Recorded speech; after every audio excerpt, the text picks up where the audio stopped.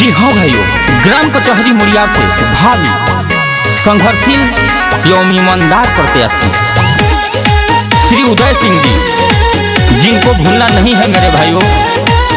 आप सभी से निवेदन है कि अपना बहुमूल्य वोट देकर भारी से भारी मतों से विजयी बनाए। के नेता नहीं बेटा बनियो हिले, दे दी आशीर्वाद चाची सिरा बनवा हिले।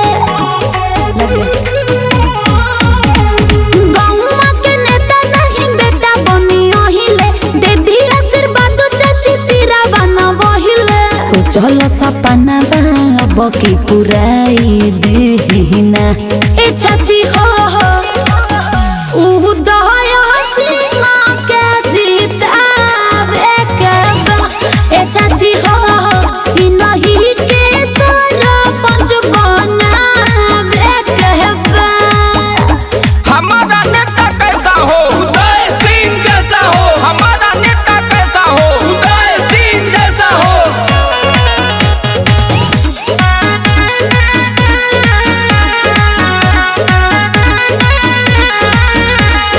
अपना पंचायत गौवा के पूरा ही करी है विकास, साथ दी है दुखवा सुखवा में एक बार करी विश्वास।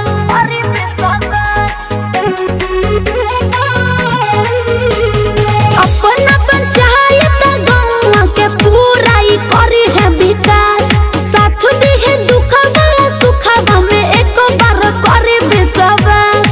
एक ही बास ये चाचा पुराई देना ए चाची हो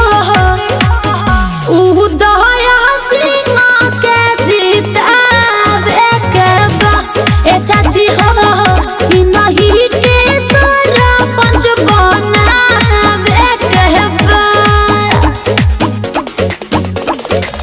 हे चाचा ए चाची भुलाई के नहीं खे, आज भुलाता ओकरों के बतावे के बाद और कि फिर से इन्हीं के हमने के अपना पंचायत के सरपंच बनावे के बाद इन्हीं के जितावे के बाद अब के जितावे के बाटे सुनी भैया देही धयान, अपना पंचायत पूरा करी है होई सब अरमान।